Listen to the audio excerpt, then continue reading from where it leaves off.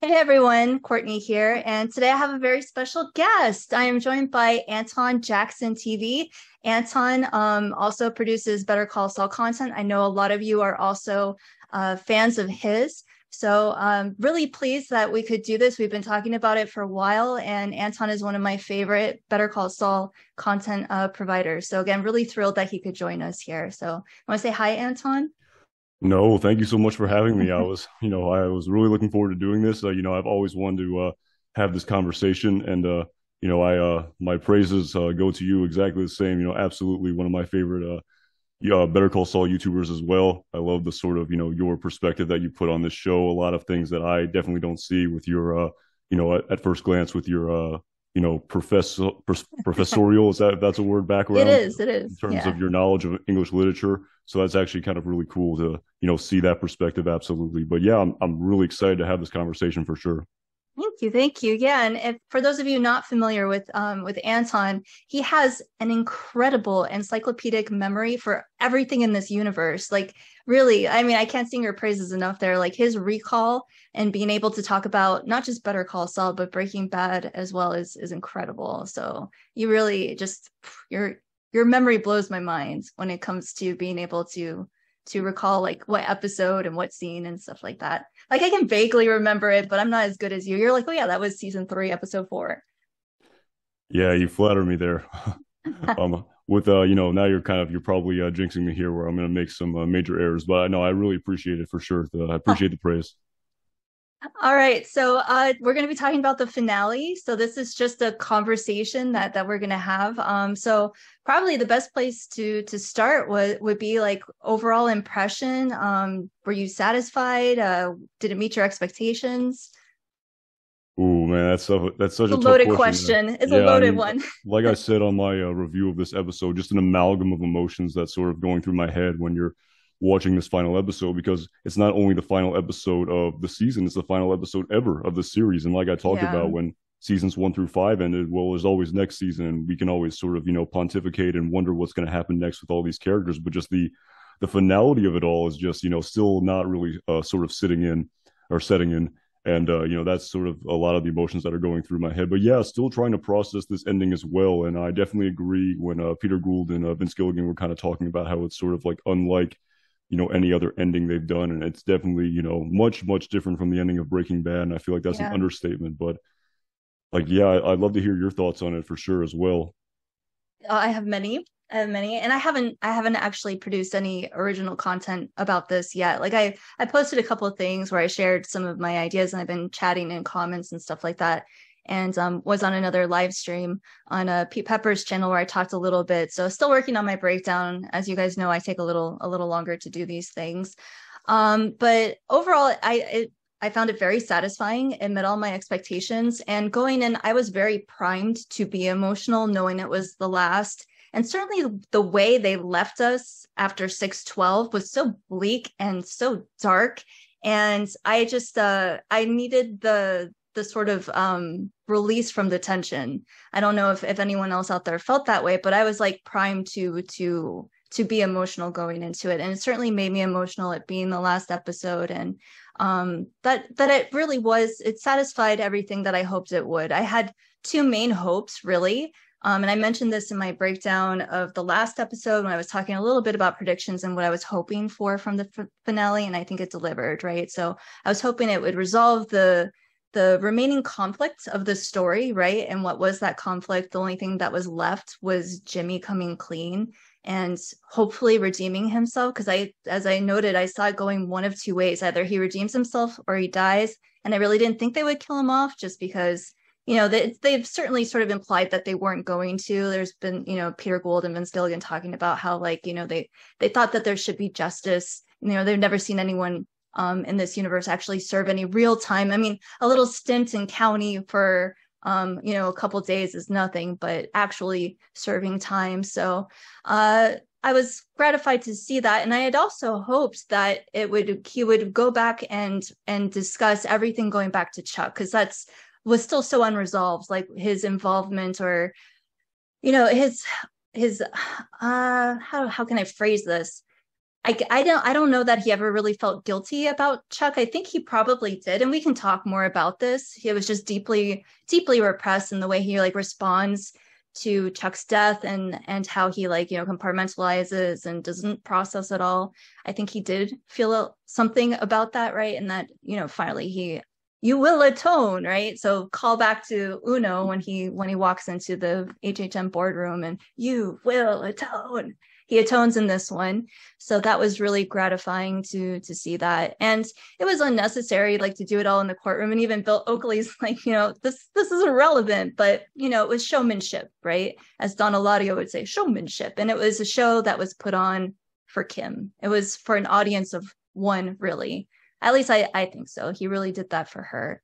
Hopefully also for himself, but it was really, I think, for her. What do you think? Do you think that was, Yeah, how did you read that? yeah, there's a lot of great points that you raised there. I mean, in respect to the point that you raised about Peter Gould and Vince Gilligan stating how someone in this universe should have to serve justice for all of this, and that's actually an interesting point when, I mean, in some respects, I guess, it's no fun going to a federal maximum for the rest of your life, but Saul's kind of left holding the bag there.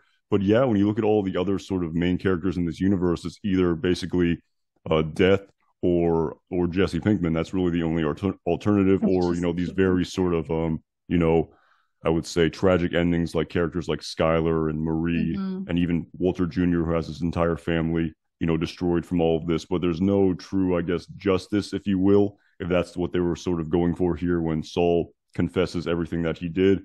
And yeah, another great point in respect to Charles McGill as well, because I remember back to season 4 of Better Call Saul, when he gets denied to be reinstated as a lawyer for the first time, I believe in the episode entitled Wiedersehen, if I'm not mistaken. But when Kim says to him on top of the parking lot, well, what did you say about Chuck at the reinstatement hearing? He said, what about him? He's alive. He was alive. Now he's dead. I don't think about Chuck. And definitely in hindsight, with just the way of all of the sort of running between the raindrop scenes that we saw, of even that great scene in Waterworks when Kim is meeting with Jimmy in his office, and as he wants to be emotional, but in hindsight he's being complete. He's basically repressing all of his emotions. That appears what the sort of premise of it all was to me, with just even assuming the Saul Goodman persona. It was just repressing all the emotions he had about everything. And it's like, I don't think he never really truly sort of admitted fault or said he was sorry for everything he did to Chuck. It hadn't happened as of the series finale. Not to no, and he lets poor Howard take that onto himself in that scene where there's a couple, right? Like when Howard's he sees Howard in the bathroom. You probably remember which episode it is, and he's all haggard. And I don't remember what episode number it is. I'm sure you might. Do you remember? I know the scene when that was the season 4 premiere, when he goes to his Jimmy and Kim's apartment, and I believe that was the episode entitled "Smoke" after the funeral. And that's the one where he says that's your cross to bear. Right. No, the one I'm thinking of, I think they're at the courthouse. Right, they're meeting in the bathroom. It's the end of the episode in season 4. Is that the same episode? Is it like bookended that way? No, that's a different episode. That was when he went to his parole, or no, his PPD. He was meeting with his PPD officer and talking about how he wants to be a lawyer. See, already I think the episode is escaping me. It might have been. It was again, the episode title is escaping me, but it was definitely in season 4. Prior to the Something Stupid montage, and I think it was one before Pinata, maybe, if I'm not mistaken. But yeah, I know exactly when he meets him in the bathroom and tells him to sort of go to therapy. You get yourself some help. Yeah, my memory for like all the episodes like before season 6, because that's when I started doing the breakdowns. Obviously, I know this season much better because I've certainly dealt with the breakdowns more. But I've seen the series I think 3 times now, all the way through, with the not from start to finish, but rewatching a little bit. But I'm not as good with the recall and the earlier episodes. But yeah, thinking of both of those scenes where just how callous he is when they're in the apartment, and he's like, well, that's your cross to bear, and then how he like doesn't seem to be able to empathize at all with Howard in the bathroom scene when he's like obviously suffering, like it's just doesn't compute. So it was pretty awful for him to, I mean, I understand why he did it. It was a defense mechanism, but to let Howard suffer the way that he did. It also brings up the that unbelievable speech he had at the end of JMM when Howard confronts him, and he says to him, "You killed my brother, and you're sorry." Again, putting it all on Howard Yeah. Hamlin. Again, Hmm. in hindsight, probably a defense mechanism. Absolutely.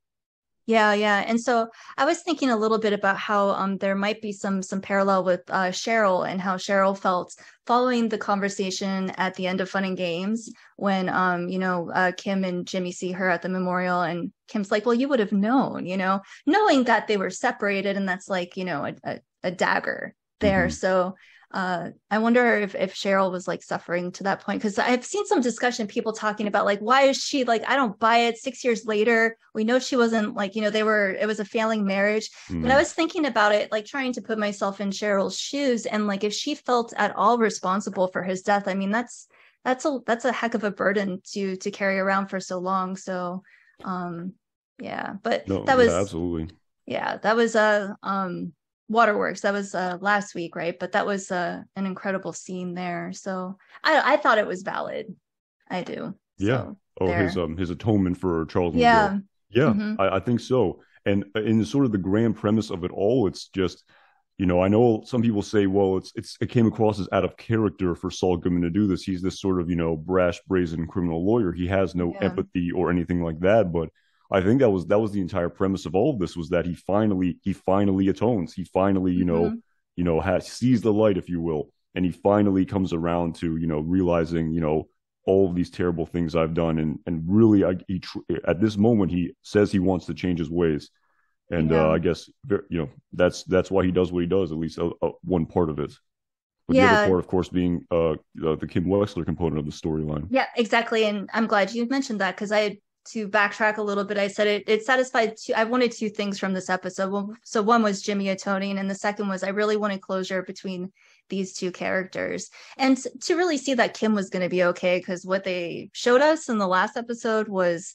soul crushing to see her in that state. So it was really great to see her back on her game a little bit, and walking into the legal aid and volunteering, which is exactly what I'd hope she would do.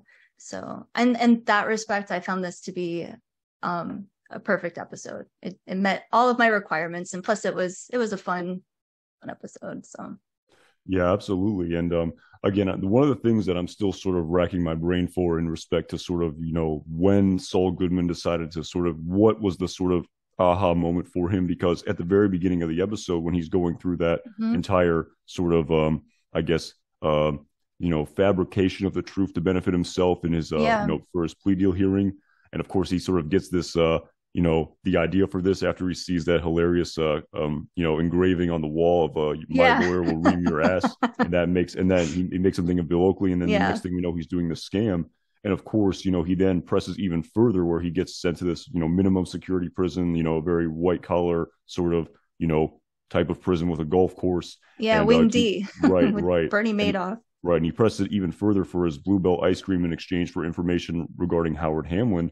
And Hmm. again, that's one of the big aha moments there, where he's informed by the feds that Kim Wexler spilled his guts.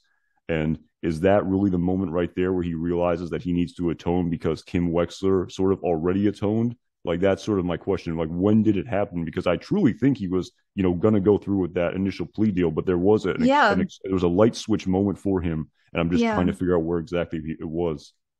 So I think we see it in two moments. So Mm-hmm. obviously in that meeting with the investigators, you can see it on his face. He's shocked and horrified. And I took that to mean immediately that he was sad to learn that she had done that, and surprised to learn that she had done that. I know a couple other people were read that as like, disappointment that he couldn't, sweeten his deal, that deprived Mm-hmm. him of being able to do that. But based on the fact that he had reached out to her and called her and was trying to make contact, I mean, I think it's obvious that, the feelings are still very much there for her. So I think so it was already, that's when the seed was planted anyway. But I think the aha moment actually comes on the plane. There's a moment, it's brief, when they're on the plane and he's sitting next to the marshal, and he's looking out the window and he sees Bill, and it's like that's, I think, the moment when it occurs to him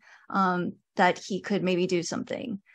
And Right. or Yeah. at least at that point, it may have happened sooner. He may have been trying to think like, if I confess, how can I get her there? And that's when he figured out the plan for what he was going to do. So like, and then Oh, that's a great point. I actually think that the plan had to come together on the plane, because he talks to Bill first. Bill goes to the bathroom, and then when he comes back, he's like, wait a minute. And that's when he says, I got something that's going to make their toes curl. So that was when he figured out how he was going to bring her in. Right. I think. Right. No, absolutely. That was, in hindsight, that was the whole premise, was to get Kim there. How do I get Kim there? You're absolutely right. But I guess, again, I sort of reading what I read in that Peter Gould Rolling Stones interview about how, him wanting to sort of atone when he learns about Kim. I definitely, it seems to me that sort of moment in the, when he's going about his plea deal, it's sort of, that's where the gears started turning. And of course, all the planning started, happening, and he was wondering what was going on with Kim. And of course, he has the aha moment of, okay, I know exactly how this is going to go down after Bill Oakley tells me this information on the plane. Yeah. And he needed the audience of the marshal, though, because and as you see, the guy's taking notes. And then we see when Kim's at the legal aid place, Suzanne Erickson gives her the call. So to warn her, or give her a heads up that something more was going to go down. So, I mean, it was convenient. It worked out that way, No, absolutely. Yeah. And he does it under the guise of, he's saying, why do you want to do this? What else more do you need? This is going to, hurt Kim even more, because she's, really good ice cream. Exactly. I thought for this information, I can exchange this weekly mint chocolate chip Bluebell ice cream. So, yeah. So and of course, I'm sure you probably you may have even talked about it in your review, but the callback to when he's eating the ice cream when he gets picked up by Nacho, remember, and he drops the cone. But then also, interestingly, in was it Bad Choice Road? No, it was Something Unforgivable, I guess, when they're already at the hotel and they order the ice cream. Yeah, he doesn't want it, so leave off the mint chip, right? Yeah. Bad memories. That's sort of an interesting callback there for sure. Yeah. So back to sweeter times, maybe. Sure. And again, it's kind of like, it goes back to sort of the premise about how, I've listened to a lot of insider podcasts, and one that really stands out is the scene that took place in season 2 of a Better Call Saul, in the episode entitled Switch, with that drug meeting between Price and Nacho, and there's that hummingbird that flies right into the middle, just flies away. Yeah. Right. Happy accident. Right. And Kelly Dixon said, but what does it mean? So, and it kind of goes to the whole Vince Gilligan thing, where sometimes, it's written there and there's no real like intended meaning, and the meaning kind of comes afterwards based on the interpretation of the audience, which is, kind of interesting. Yeah. I love that shot. Switch is one of my favorite episodes. It's a great one. Yeah, it's a good one. Yeah. So, what did you think about the 3 flashbacks?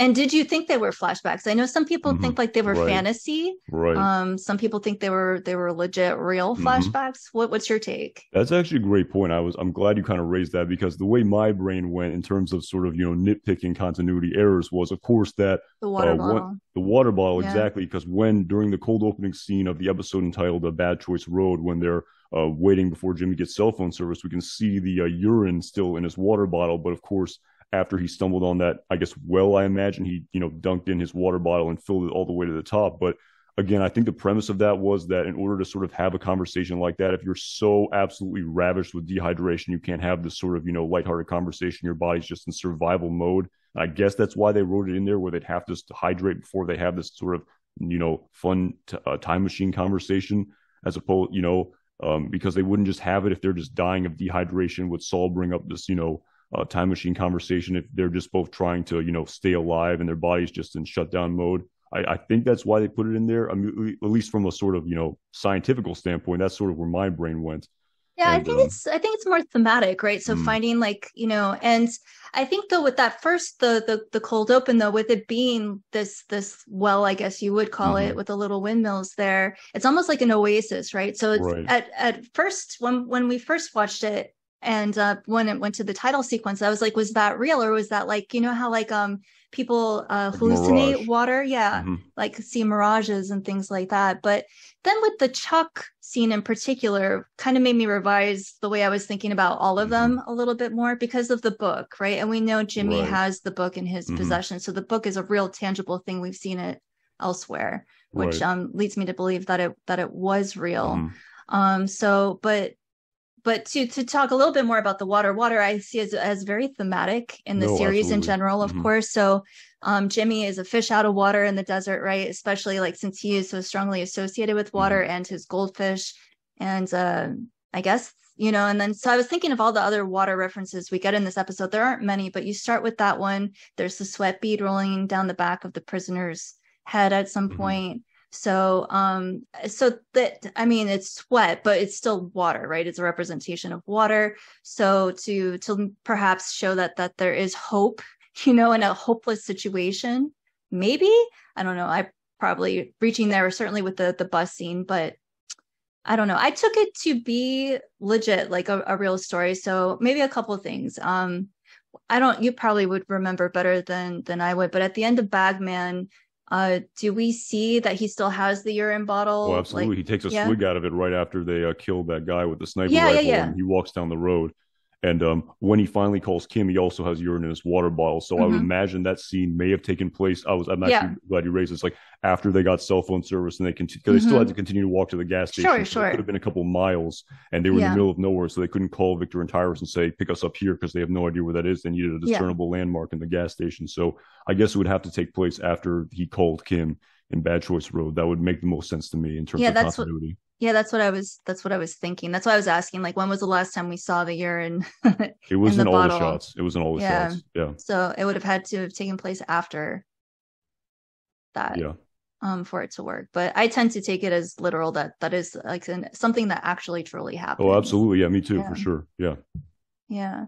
And I thought that was a nice the way that he, talks about wanting to stick $1 million of his dollars Berkshire into Hathaway. yeah. And then in the scene with Walt, right? And Walt's regret when he mentions, Mm, what happened with gray matter, and you really see that they're the same, right? They're both sort of driven by the same sort I don't money. know, Yeah, money, like yeah. monetary reward.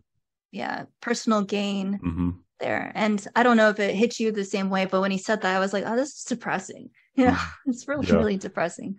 Um, yeah. So, and like the way they cut those those scenes into it, right? So we start with the Mike scene, Hmm. and then we go into he gets caught and he's playing Oscar the Grouch in the dumpster. And then the Walt scene happens, is it right? Okay, so it's like right before they walk him down the aisle to in the courthouse where he looks like John Dillinger. He's got his like swagger and or According to my screen, hope I think it's right after he learns about the revelation of Kim Wexler. yeah, yeah, yeah. Yeah, yeah, that's where it takes place. According to like with the It's using right the before the court scene, right, correct? right, yes. I think right before he or no, right before the airplane scene. Before the airplane scene. Hmm. So Sandwiched between the thinking, airplane and learning about Kim. okay. So taken in that context, why do you think they may have put that here? That's a great question. I mean, I don't know exactly about. Again, it's most likely it was definitely done for a reason. If you sort of look at the other two scenes, Hmm. especially in respect to Chuck, I mean that was extremely intentional to juxtapose that with his confession. I mean, absolutely. Um, but in terms of placing it right after the sort of confession of Kim, I mean, I don't know. I mean, there's a couple again, the sort of money shot piece of dialogue there where Walt sort of says to him, "So you were always like this," when he tells him that anecdote about his slip and fall being the one thing he wishes he could change about his life because his Yeah. knee has never been sort of the same after that. Hmm. Almost sort of even insinuating that you're again, this is my editorializing of it, but Walt's I'm again he's a very altered state of mind after everything that just happened in the desert in Yeah. Ozymandias, but kind of I didn't do this till I was 50 years old and diagnosed with cancer. You were doing this when you were a young child. It's 22, innate. So yeah. what's your excuse? Yeah. So you were always like this. Mm-hmm. Yeah, yeah. And a couple people have discussed or pointed out the similarity actually between how Walt and Chuck both treat Jimmy, right? And they're both these figures that to some extent he looks up to. I don't think he has probably anywhere near as much respect for Walt as he did for Chuck, of course, but they're the wiser, older men in his life that he does look up to in some respect, and the disdain that Walt has for him is pretty gut wrenching. So Yeah, you've always been like this. And of course, I mean, maybe that does call back to like Chuck's like condemnation of him that, you're slipping Jimmy, you can't change. And this is something of like a self-fulfilling prophecy that's always hung over this character, has always hung over Jimmy. And I've mentioned this before, like it's really debatable about like, was he always like this or was he made this way? How much of it's nature, how much of it is nurture? I think it's certainly, in my opinion, is both, right? But I think the environmental factors certainly helped him pushed him down a bad choice road, so to speak. So yeah, thinking of that in terms of like he learns what Kim did, right? Like Kim made a decision to come clean. And this is the scene we get between him like coming up with the idea on the plane. I mean, that's the significance of the plane, is when the plan comes to him of what he's going to do. I think that's really interesting, right? So like thinking about his regrets, right? So I don't think it's so much about Walt as it is about what Walt said there. You've always been like this. And here he's trying to change the narrative a little bit. And we'll see that more in the scene with Chuck. And when we think of how that one is sandwiched. So the Chuck scene comes right after right the, after court yeah, scene. right after the courtroom scene and right before he sees Kim. Right before he rolls the bus to right before the bus. Yeah. Okay. Yeah. So again, like thinking of it in terms of that, right, the significance of the Chuck conversation, the line that really stands out to me in that one is when I mean it's a very loaded conversation, but the line in particular that stands out to me, and as Jimmy's leaving, he says to him, if you're not happy with the way things are going, you can always go back and change your path. And then he says to him, when have you ever changed your path? And then Chuck's like, we always have the same conversation. That's the end of it. I know a lot of people have interpreted that to mean that like maybe Jimmy regrets that he didn't stay and have that conversation with Chuck, and maybe because he even says that in the courtroom scene, like he could have tried harder. So I think that's certainly part of it. I don't think this is all about Kim. These aren't just his regrets about Kim, but I think Kim was the tipping point that made him want to change. And so thinking again of this path, right? So like Walt says, have you always been like this? And then Chuck says, if you don't like the way things are going, you can change your path, right? And you may not be able to change your past, but you can certainly change what you do going forward. So he decides to not always be like this, right? And he's at this point, he's gotten everything that he's wanted, right? Essentially, it's a sweetheart deal. You couldn't get a better, you couldn't get a better plea deal. Not even Kim could do this well for the Kettlemans, like considering the mountain of evidence and possible convictions there. It's really incredible. So. And I know I'm talking a lot, but I just wanted to say, like, I thought this was actually really smart of the showrunners to try to satisfy as much of the audience as possible, because I think there was kind of divided into two camps. There were those that really wanted him to get away with it. They wanted to see him be slipping Jimmy and, work his magic. And then there were those of them that really wanted him to face the music and be held accountable for what he did. And they did both, I think, really, really well here by giving him like what he wanted. He's seemingly in control of the situation. I mean, he's to the point where he tells them where he's going to be incarcerated, that he's going to get ice cream. He's got what was it, like up to like 20 different stipulations that he had. 18 it was 18. I think the ice cream was going to be the 19th, but he didn't get that one. Yeah, something like that. So, and then to throw it all away for the 86 years is, how did you feel about that? Well, again, kind of a loaded question for sure. And again, you may know my sort of opinions on this, but again, sort of backtracking to something you said a little bit earlier about how I guess, the creators wanted someone to pay some sort of, form of true justice for all of this, in respect to Saul going to prison for the rest of his life, because no one else truly paid any justice for all of the terrible things they did. And again, where my mind kind of goes to all of this is sort of how, almost everyone in this universe basically dies or has a sort of, very negative ending. But of course, my mind always kind of goes to sort of the juxtaposition of how they ended sort of Walt's story and Jesse's story to Saul Goodman's story as well. Mostly Jesse, to tell you the truth, in respect to sort of his ending.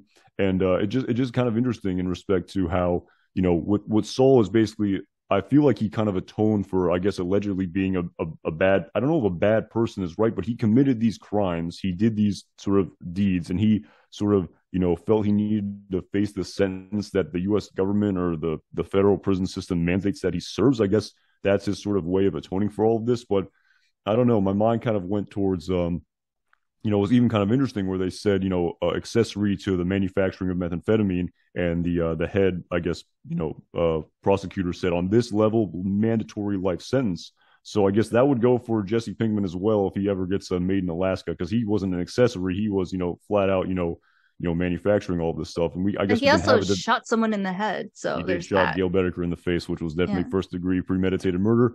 And again, we can have a sort of philosophical debate on all of that, morality and stuff. Right. But just kind of a sort of an interesting sort of, and it was kind of interesting. Again, I kind of thought back to the fact how, Saul was painting himself as a victim. I'm a victim of Walter White.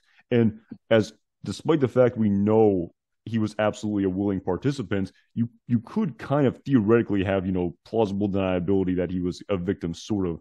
But again, I feel like if Jesse Pinkman was ever brought in that exact same situation, I think he would also spin that he was a victim. But I truly think that he would believe it, that he truly was a victim, despite, as Ed Disappearer said to him, you made your own luck. It's like, even if you knew these things were bad, you had a lot of opportunities to not do these things, and you still did them.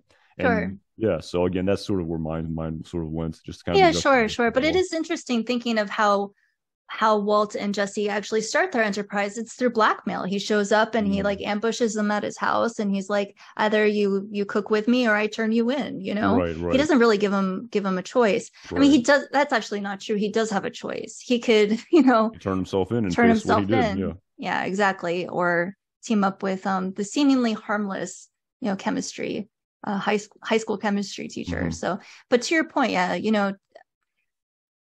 the question of morality in this universe, and it is sort of a moralizing universe. I talked a little bit about this already on my channel, like the different questions of justice, and I think it's obviously a predominant theme in this series, but you have different types of justice, right? So like you have like cartel justice, where it's revenge. You make your own justice, eye for an eye, sort of thing.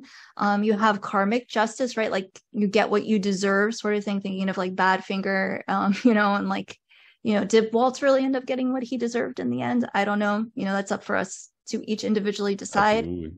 And then there's also, of course, legal justice, right? And I think one of the things, although this is essentially a show about lawyers, one of the interesting things about the law is that, it is due process, and but it's flawed.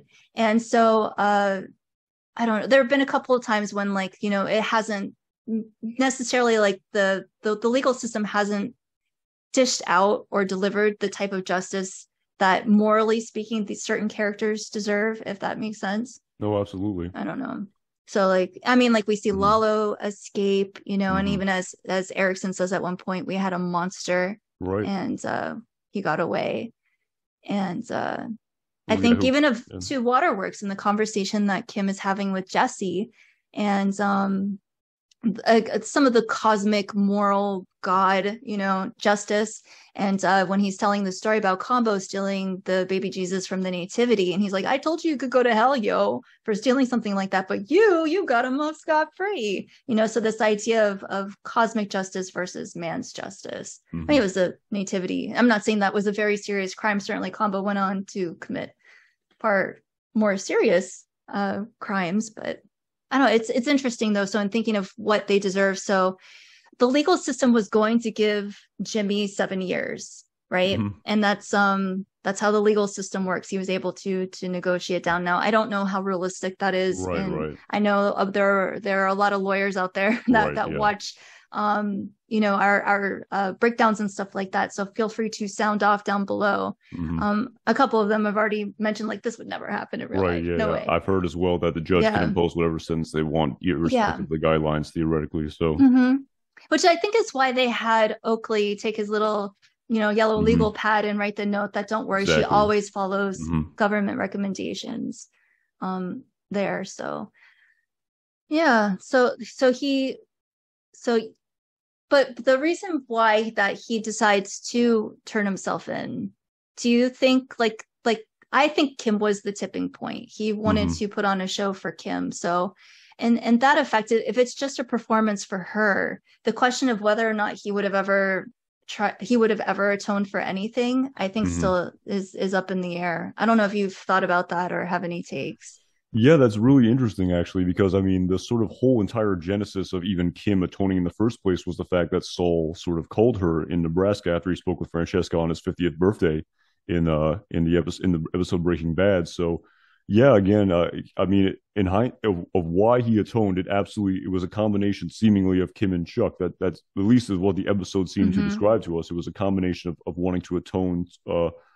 Again, definitely sort of, it was more of atonement for Chuck. Again, it was definitely more sort of nuance with Kim, though. It was definitely sort Yeah. of, because even the way they sort of ended, again, I talked to, oh, I talked about on my channel how I definitely sort of, me and I think a lot of other fans, including the interviewer of Rolling Stone, sort of even asked, did Jimmy do all of this to save Kim?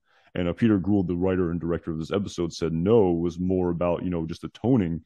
And but it did sort of, I guess I can understand how it can be interpreted that way of trying to save Kim. But at the end of the day, her story is still very open ended. She's still very open to civil litigation towards Cheryl again by Cheryl Hamlin, which, as Bill Mm-hmm. Oakley said, can basically effectively ruin her life. It can sort Yeah. of take everything she has in perpetuity for the wrongful death of Howard Hamlin.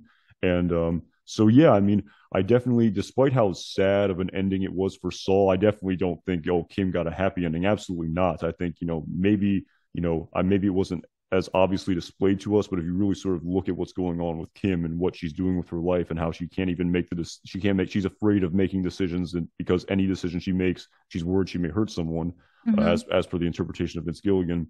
And again, with her, just having to, bear that cross, as Jimmy said to Howard in respect to Howard's death, ironically, that's not really a happy ending for either character, despite the fact that she's sort of, not in prison. And as Saul said in his hearing, she had the guts to start over and Mm-hmm. not go down this horrible rabbit hole and do all these terrible things that I did. And, I need to atone in prison for the rest of my life for it. At least that's appears to be Saul's way of thinking at the end of this episode.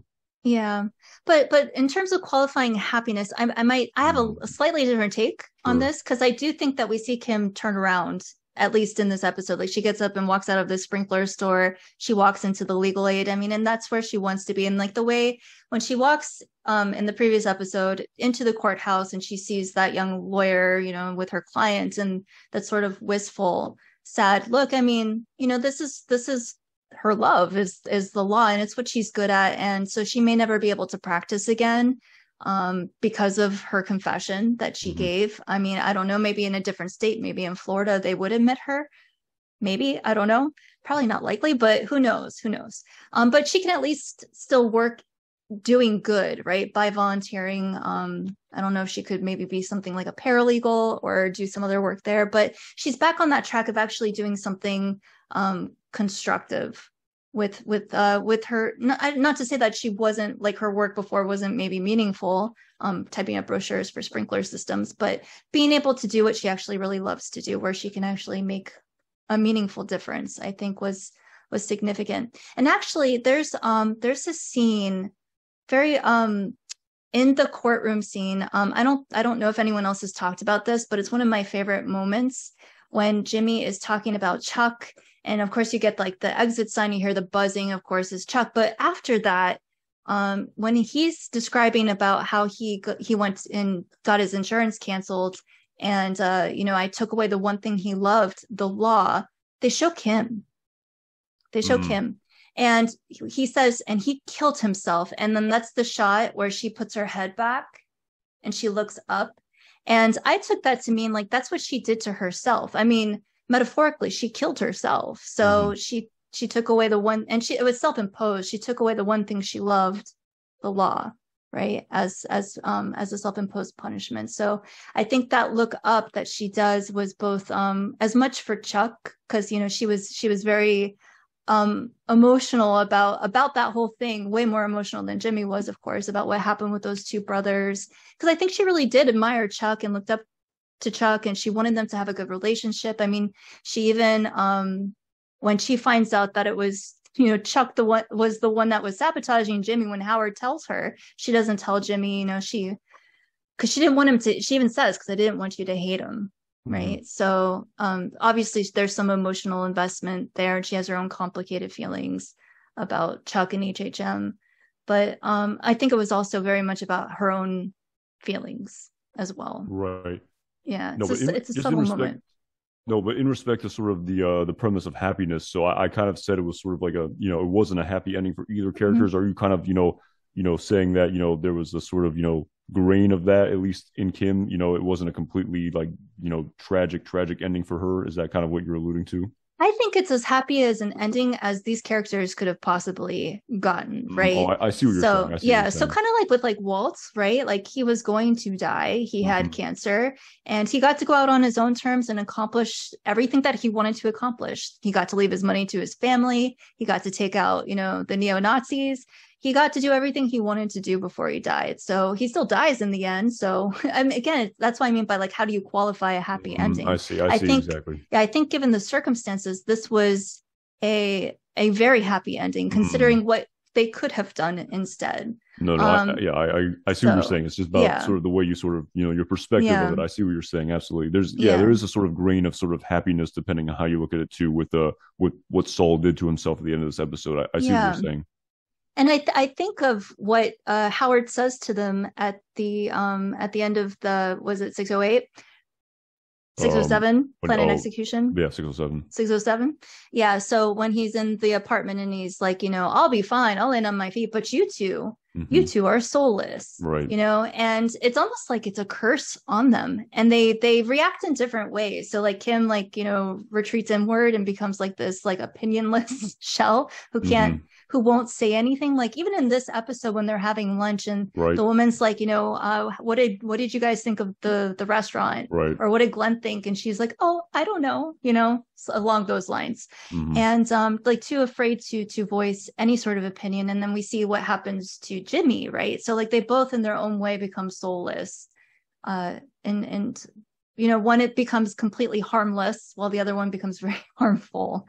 I guess like you could look at them as polar opposites of like what that trauma does to people. So I think of this, I don't want to make it like religious or anything like that, but I think those overtones are there. This is the episode where, well, certainly with Kim, I think she unburdened herself and set herself free. And I think we saw Jimmy do it in this one. Right. So, and in that way, I don't know if you want to think of it as their soul or just like being able to come clean, that weight is lifted off of them, right? And they can just be themselves again. You're talking about how Kim did it in Waterworks. Yeah. Right. And then Jimmy did it in Saul Gone, right? Yeah. And I think that, he's always modeled after Kim in a lot of ways. I think personally, and I know people feel free to disagree, because I do think Chuck is an element of it, but I think the real reason Jimmy ever went into the law is because of Kim, because he saw that cold opening scene in Pinata. I'm pretty sure that was it. Yeah, Pinata, exactly. And so that he's collecting his Oscar ballots, and then they have that conversation with Chuck, and that's when he goes into the law library afterwards, because as Kim's walking away, he's like, that's going to be you one day, and she's like, yep. And then he's left there by himself, right? Like everyone's leaving him behind, and he's trying to make his way into that world. So I think he really did it for her. And I think that Kim always, did you ever watch the X-Files?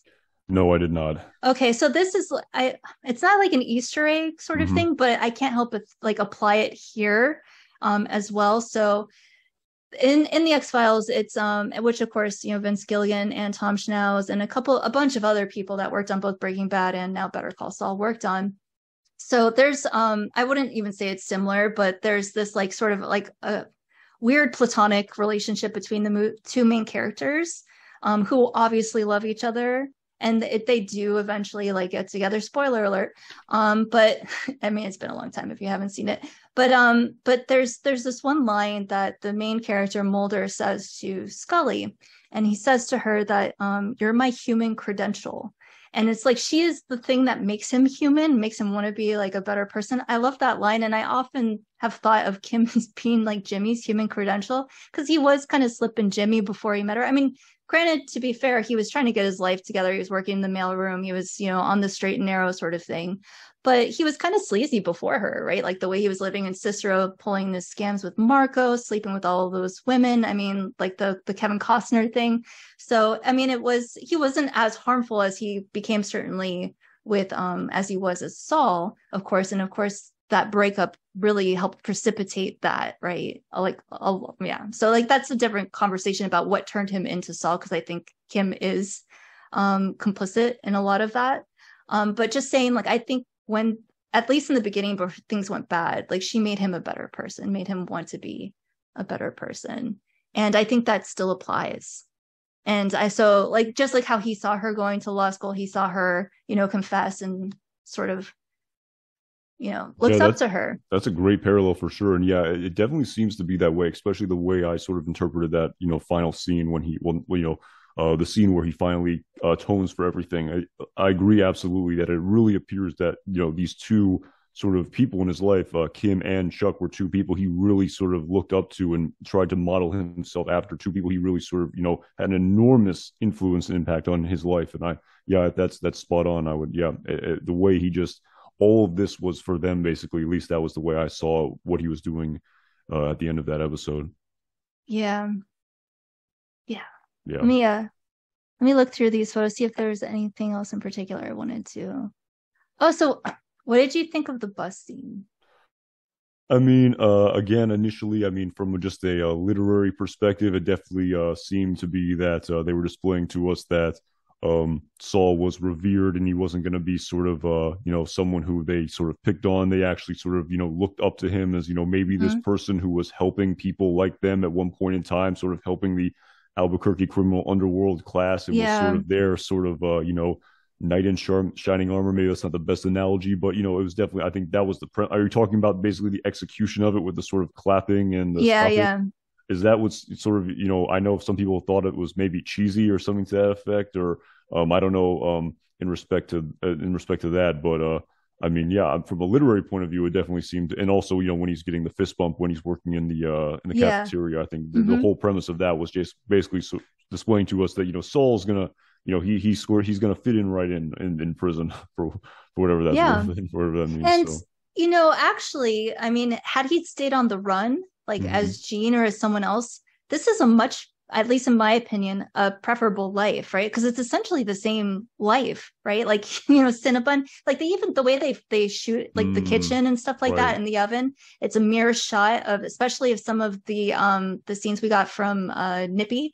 So like the in the oven shot and stuff like that. So it's not too different from the life that he was living, which was a kind of prison, right? Of course, like he was free to move around, but was he really? He was always looking over his shoulder. It was stressful. He was scared. So this is, at least here he gets to be himself, and as you're saying, he's revered, he's a celebrity, right? And so I mentioned this elsewhere, but I don't know if you picked up on this as well, but in the bus scene in particular, like before the guy in front of him spins around, or as the guy spins around, he looks intimidated, right? Like he looks a little scared, and this is the exact prison that he requested he not be sent to, right? So I think he was probably terrified of this place.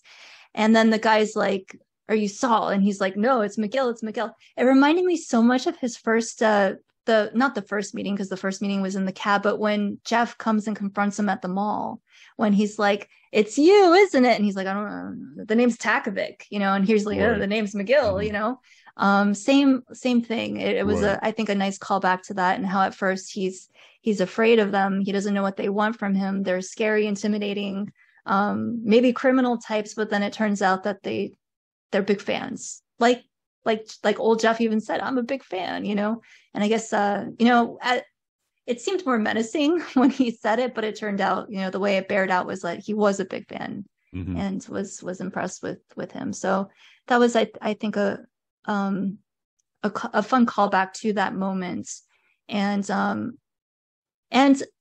again, this just occurs to me right now, somewhat of a little parallel to that last conversation with Mike and Manuel, right? So why is Jimmy so scared of these criminals? Why is he so scared of them? He's one of them, right? So just like how Mike maybe thinks of himself as like a separate, he's not one of the cartel or one of the gangsters. He's got a good heart. So did Nacho. And Manuel calls them out on it. He's like, you're all the same. What are you talking about? And maybe this is a similar, sort of realization for Jimmy. Like, you know what? Actually, I am one of these guys. I fit in, right? Yeah. I don't know. Absolutely. Yeah, for sure. Yeah, I have seen that for I have seen some people say in respect to it was actually I think someone commented on one of my videos and was like in respect that I mean, did Saul really have to 86 himself? Could he have also atoned if he did serve that 7-year sentence? Someone even said, like, it was kind of funny. He said, he could have been sort of like a like Jordan Belfort in The Wolf of Wall Street, who atoned for whatever that's worth, his minimum security prison as well. And then he became. But again, I don't know if that's truly atoning, or maybe that's not at what the creators were intending like that for Saul to get out and be this sort of I don't know, public speaker who talks about his life and atoning, because maybe it comes across as not genuine, I feel. And yeah, just kind of interesting how in Saul's mind, what he wants to do. It's what he feels is right. This is how I have to atone. I know I could do this, and I know legally I could do this, and this would be sort of a legal atoning for everything I did. But to truly atone, and again, the definition of that is truly nebulous. It is almost kind of like a religious sort of reasoning behind why I have to do this as opposed to something else. It's totally in the what he believes that he should do. And yeah, just kind of sort of again, I don't know what's going on in Saul Goodman's head. We don't know. None of us truly know what he's thinking and what's the exact rationale behind his decision making. But I guess that's the fun part of speculating on it. So yeah, and that's something I'm still kind of processing. I'm still trying to work through my own thoughts about that. Like, because to your point, like, he could have atoned in other ways. He could have served his 7-year sentence. So, and certainly, like, there was that whole performative aspect of it in the courtroom for Kim. But he could have, said it to her privately, right? But maybe she wouldn't have believed him. Maybe this was his way of really like sacrificing himself as proof. Like, look, it's not like, maybe, thinking of like the things that he was saying that he wanted in the flashbacks with like with Mike, with Walt and stuff like that. This was his one real regret, maybe was Kim, and being insincere or inauthentic in any way. And so this was atoning for that. Yeah, no, absolutely. I think that's a definite likely interpretation of what Saul was thinking in his head. Yeah. And with like the finger guns and stuff like that, and like tracing that back to Winter, and that's really like the beginning of the end. That's at least how like I think of it, right? So when he like points at her and he leaves her standing there, and he's like, it's Saul Goodman now. So like that really, I mean, you can say like it already started before then, the decline, but that's certainly when she gets pulled into it as well, I think. No, I also definitely thought about this sort of, callback to Something Unforgivable when, he says to Kim, you would not be okay with this, not in the light of day. Yeah. And he's kind of like, wouldn't I? And, she gives him the finger. He's like, you're shitting me, right? And she gives him the finger guns. And of course, at the very end, again, is, I guess, maybe kind of symbolizing that, like, again, it's kind of, I think, saying that Saul is, he's kind of, he can, he's okay with the consequence. He's okay with, undertaking the consequences of everything he did, Yeah. Yeah, that's a good point. Yeah. And thinking again back to like, you wouldn't be okay with this in the cold light of day. And he was right. She wasn't. Not really. Right. We're not talking about a bar trick here. Yeah. It could hurt him, really hurt him.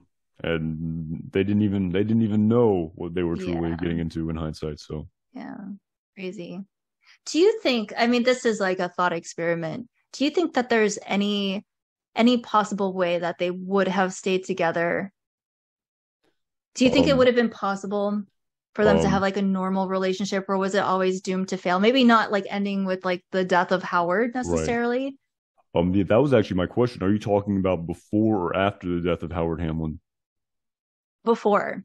I mean, that's a great question. It's kind of like, because I think in many ways, that's one of the, I guess more tragic aspects of this, because I think they truly did have this, true connection. They were kind of, extremely compatible, and it's sort of in an alternate universe, I think they could have stayed together.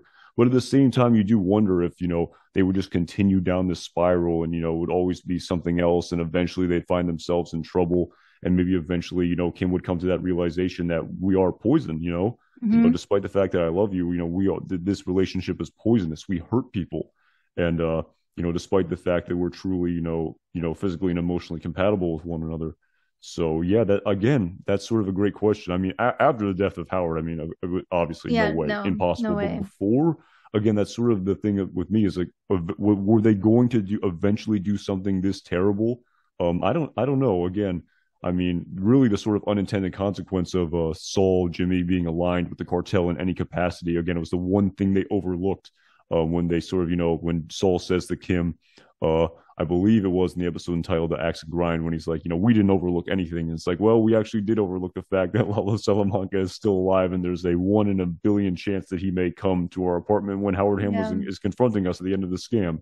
So yeah, I think. I mean, I don't know that. That's a. I don't know. I wish I knew the answer to that. I don't know. I mean, maybe, but at the same time, if Kim truly, felt that they were poisonous, maybe this was just it was doomed to fail, just because it was just so. I guess unbeknownst to them, toxic before the death of at least, yeah, maybe unbeknownst to them, toxic before the death of Howard Hamlin. Yeah. Yeah. So I mean it's one of those sort of imponderables, right? And like we'll Mhm. never really know the answer. I know like some of the cast and showrunners have talked a little bit about it. So I know like Ray has said that she always thought that they were building their relationship on sand. It was unstable to begin with. So it was doomed to fail no matter what. And maybe, and certainly like the way that it was presented to us, that these were like two characters chasing a high, and so they were going to need more and more. So if Howard wasn't like, a part, like an obstacle or something like that, it would have been something Chasing else. the dragon. Exactly.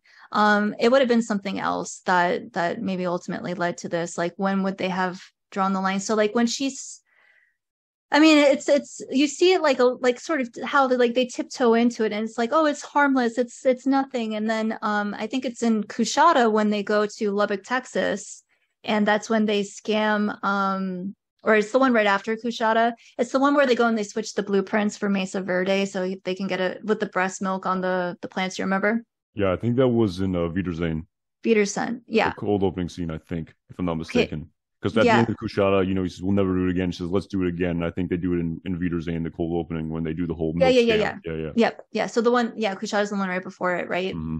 Yeah. So yeah, you're correct. Peterson. And yeah, and she's like, we should only use our powers for good, sort of thing. So like it was you could see like when you go back, you can see like how it was going a little bit further and a little bit further and a little bit further. Right. And this sort of rationalizing that they were doing. So like well and it's amazing. Like in that other scene, I'm thinking of when remember she's got a client and he's got a pregnant girlfriend and she's trying to get him to take like the deal and he won't do Right. it. I And so think that Jimmy, was the end of Magic Man, if I'm not mistaken. yeah, Yeah, yeah. When and the key says, we're doing this for their own good. Like, yeah, yes, we're lying to them and scamming them, but hmm, it's for their benefit. And of course, Kim doesn't want to, but she ends up doing it. yeah, because they overheard anyway. Hmm. But she was conflicted then. And so like she's we see that as time goes on, she's less and less conflicted and she's starting to Hmm. rationalize more and more. It's almost like she's infected with his point of view. It's like, well, we're doing it for good. Like, well, we're gonna get the money and I can open my pro bono practice. Exactly. So it's It's kind yeah. of like what I believe uh Chuck said to Chuck said to Jimmy, I think in the episode entitled Gloves Off, after the whole sort of a scam on not even scam, but just sort of the I don't even know what you would call it, just the sort of just not telling the whole truth surrounding the name is slipping me of the class action lawsuit, the Sandpiper The Crossing Sandpiper, commercial when yeah. he was working for Mesa Davis in Maine. Hmm. And Chuck always saying to him, "That's your problem. The ends always justify the means." And I guess that's exactly how Kim was thinking in respect to tearing down Howard Hamlin, where, like you were saying, it's going to serve so much good to all of these people to who are going to be afforded legal defense that only millionaires can afford. So Yeah, yeah. absolutely. I wish I wish if things could have worked out for them because Oh, I absolutely. Yeah. yeah, I guess I'm a romantic. I love them. And but I think that being said, this is a good segue back to this episode and in that ending. So I know a lot of people wanted more time with them, or like they wanted her to do the finger guns back at him, which apparently she did do. And I need to give a quick shout out to UD Reviews, because she was like the one that she brought this to my attention anyway. And then I saw a little interview with Ray Seahorn, who confirmed that they actually shot it a couple different ways. So they actually did a couple scenes where she does use her finger guns, but they didn't want to confuse the audience. They didn't want it to make it seem like she's back in the game or whatever. But in the cut that made it into the episode, if you look closely, she's got her fingers like this, both of them. It's very slow. Yeah, by her side, so she doesn't lift them. So yeah, you probably missed it, but if you go back and freeze frame it, you'll be able to see for sure. So, but like I didn't think the finger guns were necessary. I think by like just virtue of the fact that like she did sort of the same thing she did with Lalo, right? Like she misrepresents herself to be able to gain access there. Right. She's slipping a little bit of slipping Kimmy there. Not really, but just to be able to get in to see him have a proper goodbye, perhaps. And share that cigarette, and like of course they're unconventional, and they're not necessarily like, they're not really demonstrative in their affection. They have their own way of doing it, right? So like she only pulls out one cigarette. She could have pulled out two. She pulls out one because she wants to share it with him. And everyone's already talked about what a beautiful callback that is to Uno. So we don't need to know. I don't think there's anybody watching this that doesn't know that already. So they're like, hey, did you notice? But it's a nice scene, and I love that is the only color in the black and white scenes we get. So I take that to mean like that's the flame still burns there. The love is still alive. Yeah. Absolutely. Kind of a callback to when there was color in both these characters' lives, because, with the sort of metaphor of the sort of Gene Takovic black and white, just all of the sort of vibrance and life and color is just stripped out of all the characters we really see. I mean, when we see like Gene and Kim and even Francesca, I think that metaphor is very sort of, and even characters like Marie coming back into the fold, it's such a great metaphor for like, there's no vibrance, there's no life in any of these characters. It is truly just black and white. So I think, and again, the lit cigarette kind of a callback to season 1 when there was, vibrance and, color in these characters' lives. Yeah. But there's vibrance in their lives here, right? So like he's he gets to do his little show in court, and like they play the "If You Only Believe" song, and he's feeling himself, and he does his Showtime thing. And certainly in that final scene, there between the two of them, there is life there. There is I don't know if you would say joy, but there's something there. I think alive. The cigarette is the metaphor for that. Yeah. How did you feel about them not going back into like full color? Did you? Because like. Here's the thing with the black and white, and I don't mean to criticize the show. I love it. It didn't even occur to me that they didn't go into color until I saw the cigarette butt. So like in Nippy, I was waiting for color, right? Like when at the end when he was like going up to the clothes rack. I thought I did too. I think most of us did. Like a tie, maybe the jacket. I thought we would actually see the red jacket that we saw in the teaser, maybe, but they didn't do that. So, but I didn't occur to me. Like I was so engaged in the story and so riveted by what they were doing. It didn't occur to me that they didn't go to color. I know some people were disappointed by that, but I was thinking about it, right? So like they do something opposite of like what films and TV shows normally do. Like when they show you the past is in black and white, the present is what's in color. That's how you differentiate it. So it seemed like they were doing that not just to separate the timelines, right? Like the black and white is actually the present day, but to show that all the color had been drained from his life. But it seemed like they mixed those two things up at the end. So I guess I don't really know. We would have to ask Vince Gilligan and Peter Gould, like, what was the decision making behind? And I was hoping they would talk about this on the podcast, and they didn't. But I wanted to know, like, why, like, they didn't go back to color at the end. What those decisions were there, because I think they could have made it work if they had wanted to do. I love the way they did it with the cigarette. I thought that was great. But it is an interesting choice just in terms of filmmaking, like why they went that way. So if, I don't know, anyone watching, let us know what you think in the comments, because I'm curious what you guys think about why they didn't go back to color. So certainly, as we've pointed out already, the cigarette represents the color there, but No, absolutely. I mean, just even sort of listening to what Vince Gilligan, like the way he talks about this show, is that I think I mean, just based on everything we've seen, they're not being extremely overt with what they're trying to tell Yeah. you. And I think he even mentioned on I think it might have been on the Insider podcast for Waterworks, if I'm not mistaken, about how he sort of rather, the audience sort of figure it out for themselves before, instead Hmm. of just, he didn't actually say this, but just basically holding up a big sign saying, this is what we mean, so Yeah. they're being very, very subtle with all their decision making. I mean, even with the finger guns, I mean, it's so subtle you don't even notice it at first Yeah. watch. So, I mean, but yeah, again, I guess that seems to be what they're going for. But again, of course, I couldn't, I couldn't speak on why they did what they did, unless they tell us. And I haven't actually gotten a chance to listen to the Insider podcast, but I plan on listening to it. But yeah, it's unfortunate they didn't discuss that. So Yeah, well, and to that point though, which I appreciate, I really appreciate that they don't. Let me actually pull this up. So probably should have done this before. So going through some of the photos let me go to the finger guns with Kim. So you see there, she's got it in like pistol formation there. And let me zoom back out and let me go here. This was the quote from her really quick. So yeah, she says, well, we shot a couple of different iterations, including ones where she shoots finger guns back at him. It was very small and not animated or with a smile, but still in the end, Peter decided that it looked too much like they were saying Kim is back in the game. And it does, Kim can be seen, yeah, down here.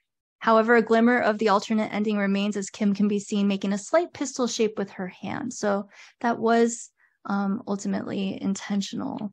But I know I'm all over the place here. But what I wanted to mention though is I'm glad that they don't tell us what they're thinking or what we should think, right? Like I like that we're allowed because it makes it more fun, doesn't it? Like we wouldn't have YouTube channels to speculate, you know?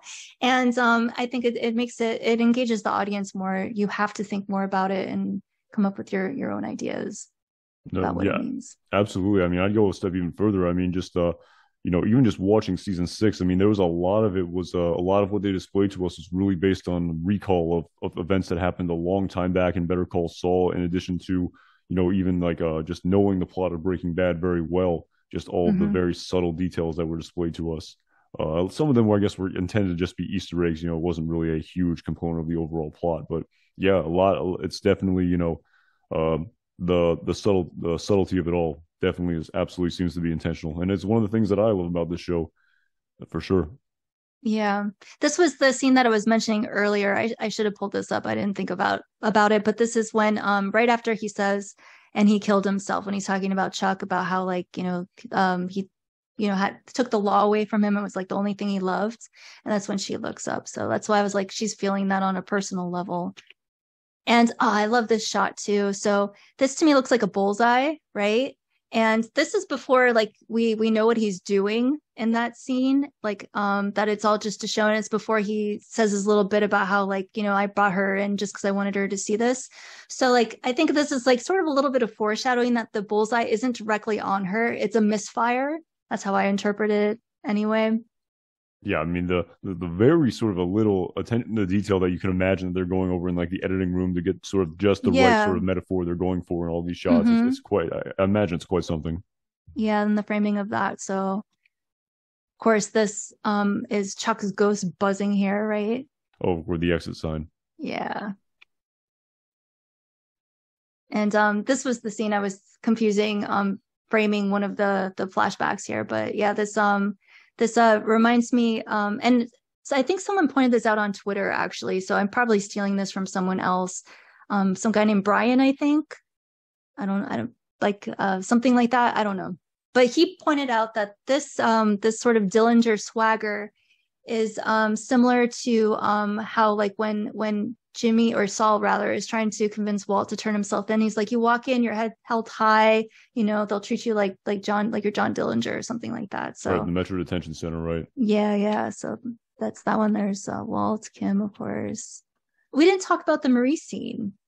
Were you surprised or I was surprised. Definitely not a cameo I saw coming, and it's like of all the characters you would think would ever appear in Better Call Saul. That when I was first watching season one, two, three, that was definitely way down the list. But I think it was absolutely sort of it made a lot of sense where she, of course, would be facing someone who was, even as they said, an accessory to the murder of her husband, late Yeah. husband, Hank Schrader. Yeah. So again, that definitely was quite something there. And again, it was kind of tough to see where, Saul brings her in, where initially maybe it comes across he's trying to, show some empathy or something. But again, he's just kind of turning the screws on her for his own benefit. I did see some people in the moment, I think, talk about like, wow, Marie really can't catch a break, can she? Just all of the terrible things that happened to her at the end of her life. And it's just, just piling on here, at least in the moment. I mean, she does get, I guess, some sort of justice at the end. But yeah, I thought that was just, I was blown away by that scene, truthfully, because I didn't even see that coming where Saul was going to paint him as a victim. And I literally stood up and with my jaw dropped. I was just so taken aback by that scene. Didn't Yeah. see it coming at all. I'm so glad that they didn't like hint that there would be other, characters from Breaking Bad. So I don't know if you felt this way, but like knowing that Walt and Jesse were going to be in the series, I think took away a little bit of the magic. And I can understand why they let it come out, right? Because like people kept asking and bothering them about it anyway. And also it was like a way to generate more excitement, maybe get some Absolutely. more viewers in over the hiatus. But I wish we hadn't known how many scenes there would be. Like we were told there were 3 scenes. So Hmm. like I mean, if you follow this show as closely as we do and you're reading about it, we knew there was going to be some sort of Walt scene in this episode. So not to say that I didn't enjoy it, but I think I would have preferred like more of the element of surprise. So this was actually really surprising to me. I did not see this coming either. I loved this scene. It made so much sense. It was so smart the way that they put this together. And I think it's very true to life, right? I think and considering that there's no one left to take responsibility for these crimes, that they're going to want someone's head to roll, and that's Hmm. that's Jimmy, right? He's Right. like the only one that they have, so someone's going to they're going to throw the book at him, right? And so it certainly makes sense since she is the wife of a DEA officer. Like if she were a civilian, maybe not so much, but because of who she is, her husband was an ASAC, right? um so I mean, it made sense to me that I guess I'm responding a little bit to some of the criticism. I see that some people Criticism. yeah, some people were not happy about this. They thought it was like too over the top and stuff like that, or unbelievable. I thought it was very believable. And actually, I think it was very smart too because, and I've mentioned this elsewhere before, but one of the things that we didn't really get to see in this whole series is what he really does as Saul, right? Like we get little glimpses of it, but we go from Jimmy to Gene, right?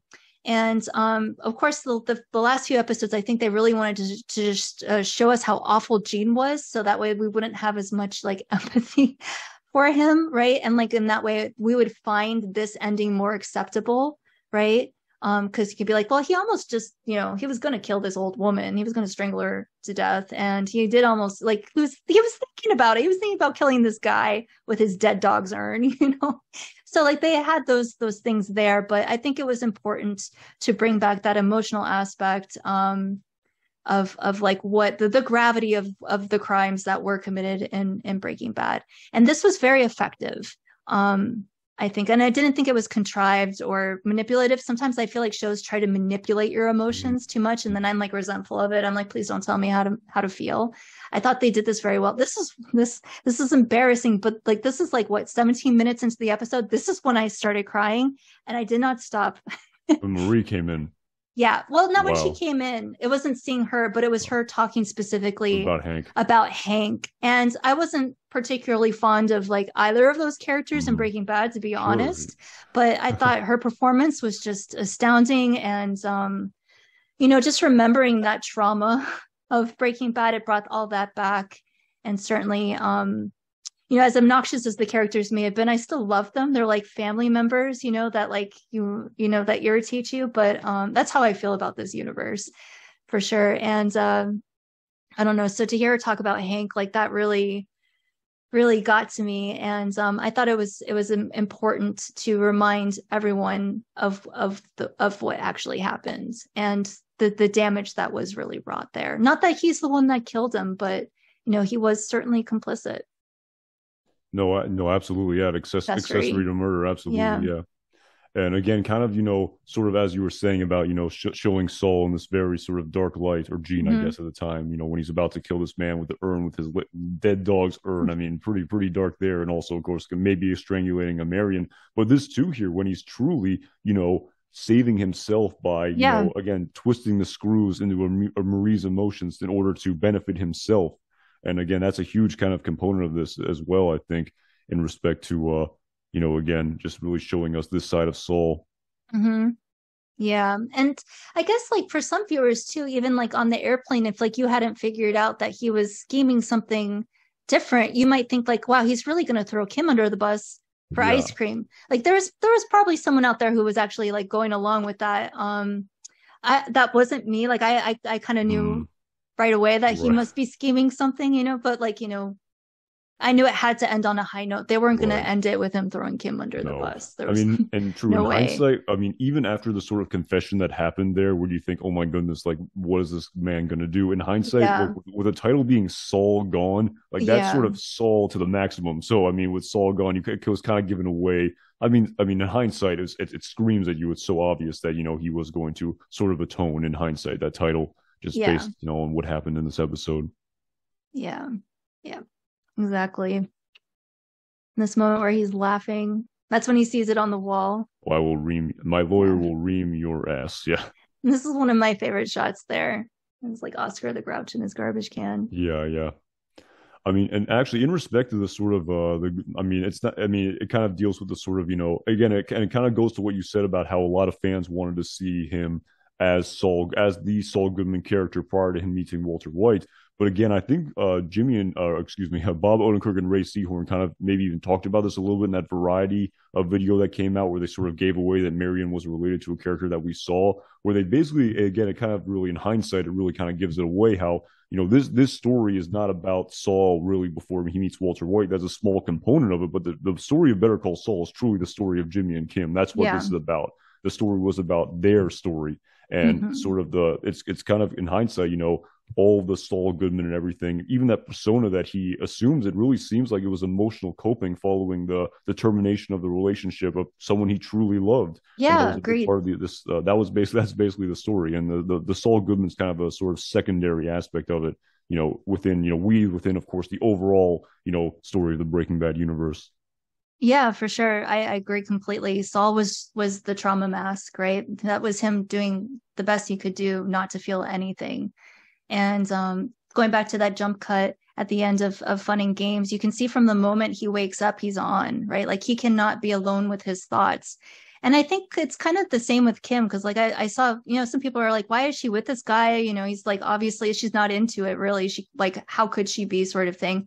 And the way I interpret it is she can't be alone with her thoughts. I don't think either of them can be alone with themselves for too long, right? So um yeah, you see like the different ways that they both cope with this trauma. It's an interesting, as I've been saying, it's an interesting study in what trauma does Sure. to people for sure.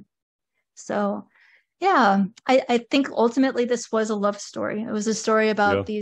these two characters, and you know, I think this is the best possible ending, all things considered, that they could they could give us, I guess. Yeah, and it's so true what Peter Gould said about talk about seeing Breaking Bad in an entirely different light. Where every time I watch Saul Goodman now, it's not someone who's just this brash, brazen person. This is all emotional coping for all of the trauma that went through in his life, all of these Sure. unbelievably vulgar one-liners and all the things he's saying.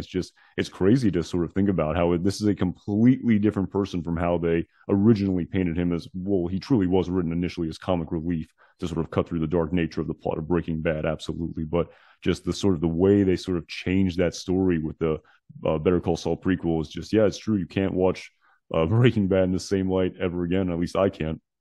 Yeah. Yeah, no, and it's not just Saul either. It's all these other characters too.